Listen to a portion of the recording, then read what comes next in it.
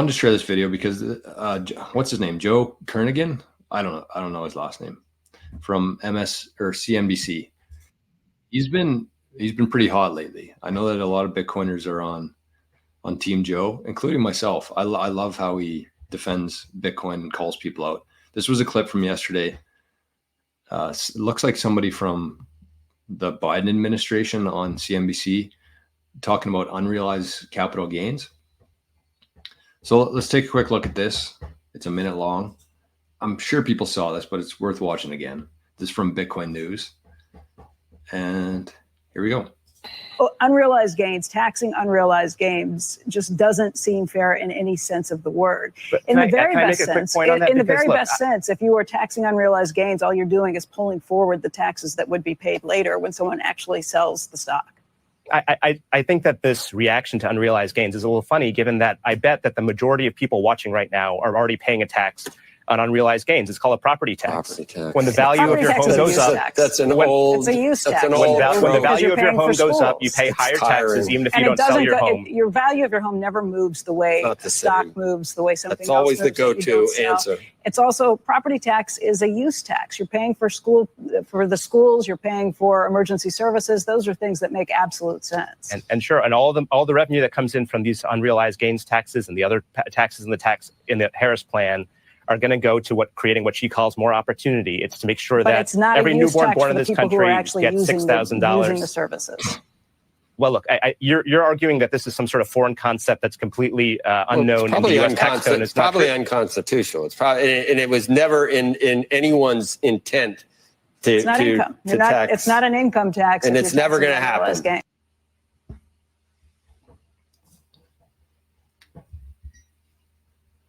God bless Joe. And the lady, I don't know who that lady was, but she was also not having any of that bullshit. Okay, so that was Bharat Rahamurthy.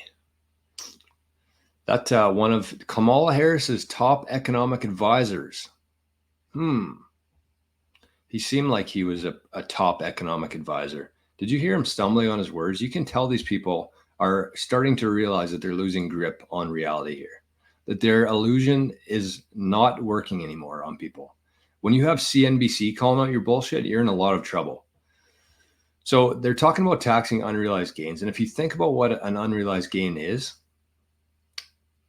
think about your house.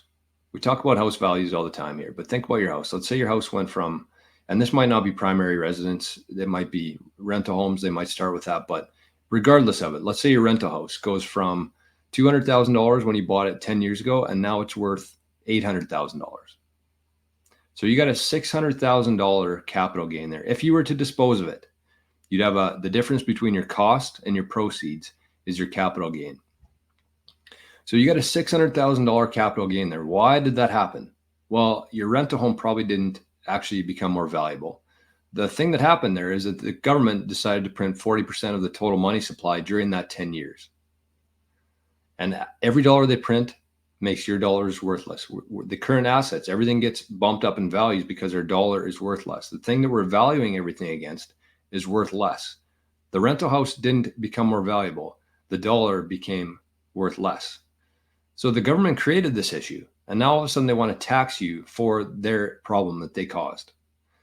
And think about that. If you had a $600,000 gain, you have to pay tax on that under this unrealized gain bullshit.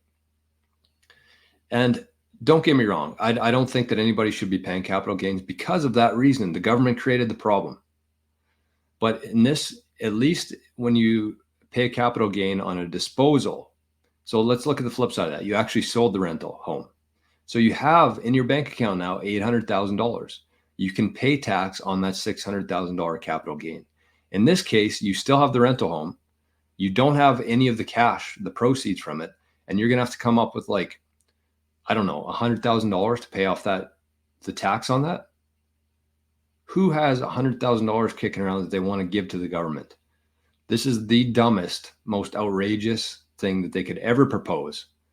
And you have Kamala's top economic advisor out there explaining why it just makes sense. I mean, we already have things like this property tax, which is another one of the biggest scams ever. It's insane. These people are actually insane.